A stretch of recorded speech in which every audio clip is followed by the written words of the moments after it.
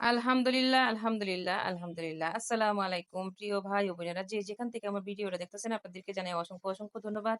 তো এই যে দেখুন দই বানাইছি আবারও ৫০ টা দইয়ের অর্ডার আসছে। তো আমি এই যে গরমের সময় কয় মাস থাকে ৬ মাস গরম থাকে হয়তোবা আরো কমও থাকে। তো এই সময়টা কিন্তু আমি দই বানাই। আমি যখন ছেলের পরীক্ষা ছিল তখন আরকি পারি নাই। তখন বাদ দিয়ে দিছিলাম। তো এখন আবার শুরু করলাম কারণ সবাই জানে যে আমি দই বানাই কিংবা দই সেল করি। তো সবাই আমাকে ধরছে যে আপনারা আমাকে দেন। হ্যাঁ? গরমের দিন আসছে অনেক কাস্টমার চায় কিংবা অনেক অকেশন থাকে যেমন বিয়ের অনুষ্ঠান থাকে, জন্মদিনের অনুষ্ঠান থাকে ওইখানেও কিন্তু দইগুলো ভালো চলে। তো আমি যেহেতু পারি আমি কাজকে কখনোই অবহেলা করি না। আমাকে যেহেতু উৎসাহ দিচ্ছে আমার আগ্রহ করে আমার কাছে চাইতেছে তো আমি আর না করতে পারলাম না। তো আগের দিনও কিন্তু ৫০ টা দিয়েছি আর তারপরে আজকে আবার ৫০ টা করলাম। তো এভাবেই কিন্তু আমি রাত্রের বেলাতেও ফ্রি থাকি একদমই। Facebook নিয়ে ঘাটাঘাটি করি, অনেক রাত্রে ঘুমাইতে হয়। তো Facebook কম ব্যবহার করে আমি এই কাজটা কিন্তু করতে পারি।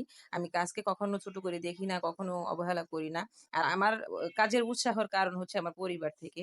কারণ আমি যখন যেকোনো একটা কাজ করি আমি খুবই আরামপ্রিয় মানুষ। আমি খুবই ভ্রমণ বিলাসী মানুষ। মানে আনন্দ থাকতে পছন্দ করি। আমি ঘোরাফেরা করতে পছন্দ করি।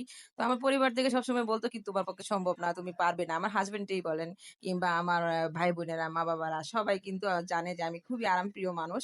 আমি একটু দুষ্ট টাইপের মানুষ, ঘোরাঘুরি পছন্দ করি, আড্ডা মারা পছন্দ করি। তো আমাকে দিয়ে আসলে এইসব কাজ সম্ভব না। এগুলো হচ্ছে ধৈর্যের কাজ। যেকোনো কাজ হচ্ছে ধৈর্যের কাজ। যখন দেখবেন যে প্রিয়জন কিংবা পরিবার থেকে এই কথাগুলো বলে যে, "তোমাকে দিয়ে হবে না, তুমি পারবা না এগুলো, তুমি খুবই আরামপ্রিয় মানুষ, তুমি খুবই অধৈর্য মানুষ তখন দেখবেন যে যারা মানে যাদের আগ্রহ যে না আমি একটা কিছু করব, আমি করে দেখাবো।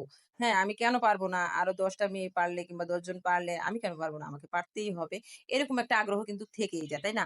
তো আমি এরকম জিদ করে কিন্তু সবকিছু শিখে ফেলি। আমি সব কাজ পারি ইনশাআল্লাহ আলহামদুলিল্লাহ। আল্লাহকে লাখো কোটি শুকরিয়া জানাই। আল্লাহ আমাকে যেই মেধাটা দিয়েছে আমি সেটাকে কাজে লাগাই। আর আমি অনেক কাজ পারি আপনাদেরকে অবশ্যই শেয়ার করব। আমার হাতের কাজগুলো দেখাবো আপনাদেরকে। টেলারিং কাজ, তারপর অন্য বেকিং আইটেমের কাজগুলো। আমি বেশিরভাগই দেখা যেত ছেলে-মেয়েকে বিকালবেলা কিংবা রাতে আমি এসব খাবারগুলো রেডি করে খাওয়াতাম। তো এইভাবেই আমার শিখা। আর YouTube, Facebook এসব থেকেই আমার শিখা। আসলে আমি কোনো অন্য কোনো সার্টিফিকেট নিয়ে শিখা না কিংবা প্রফেশনাল ভাবে শিখা না। আমি এমনিতে YouTube, Facebook এসব দেখে আমি আরকি শিখছি। তো আমার এই শিক্ষাটাকে আমি কাজে লাগাই। আমার নিজেকে খুবই গর্ববোধ মনে হয়। গর্বিত আমি।